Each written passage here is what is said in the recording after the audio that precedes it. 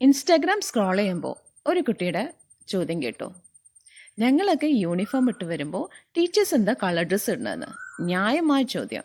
പക്ഷേ അനീതി, ഡിസ്പാരിറ്റി അത് അവിടെ മാത്രമല്ലുള്ളത്, പലയിടത്തുണ്ട്.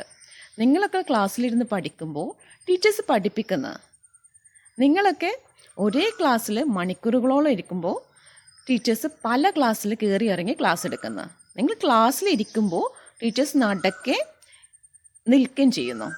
നിങ്ങളൊക്കെ എക്സാം എഴുതുമ്പോൾ ടീച്ചേഴ്സ് നോക്കി നിൽക്കുന്നു. ഒരുപാട് സ്ഥലത്ത് അനീതിയുണ്ട്.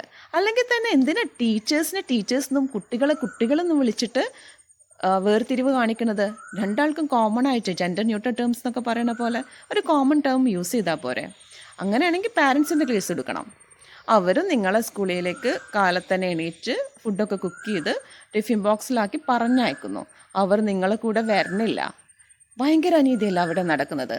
പാരൻസിനും ടീച്ചേഴ്സിനും കുട്ടികൾക്കും എല്ലാത്തിനും കൂട്ട് ഒരു കോമൺ ടേം, ഒരു യൂണിഫോമിറ്റി. അടിപൊളിയായിരിക്കില്ലേ? എന്താണ് പറയുക? യൂണിറ്റി ആൻഡ് ഡൈവേഴ്സിറ്റി നമ്മുടെ ഇന്ത്യയുടെ ഏറ്റവും വലിയ പ്രത്യേകതയാണ്. ഇന്ത്യയുടെ ലാൻഡ്സ്കേപ്പ് തന്നെ അങ്ങനെയാണ്. പുഴകളും കാടുകളും മലകളും കടലുകളും എല്ലാം ചേർന്നിട്ടുള്ള ഒരു ലാൻഡ്സ്കേപ്പാണ് നമ്മുടെ ഇന്ത്യക്കുള്ളത്. അതേപോലെ തന്നെ പല തരത്തിലുള്ള ആളുകൾ, പല കളറിലുള്ള ആളുകൾ, വെളുത്തവരും കറുത്തവരും, ഹൈറ്റുള്ളവരും ഹൈറ്റില്ലാത്തവരും, അങ്ങനെ പല തരത്തിലുള്ള ആളുകൾ, പല മതത്തിലുള്ള ആളുകൾ. ഞാനൊക്കെ പഠിക്കുന്ന സ്കൂളിൽ ശബരിമലയുടെ സീസൺ ആകുമ്പോൾ ഹിന്ദുസ് മലക്ക് പോണവർ ബ്ലാക്ക് ഡ്രസ്സ് ഇട്ടിട്ട് വരും.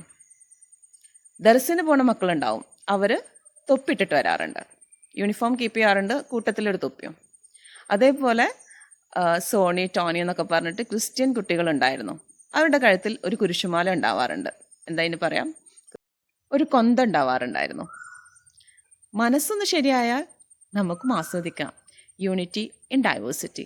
എല്ലാത്തിലും യൂണിഫോമിറ്റി കൊണ്ടുവരേണ്ട കാര്യമുണ്ടോ? ഒന്നും കൂടി ആലോചിച്ചിട്ട് പറ.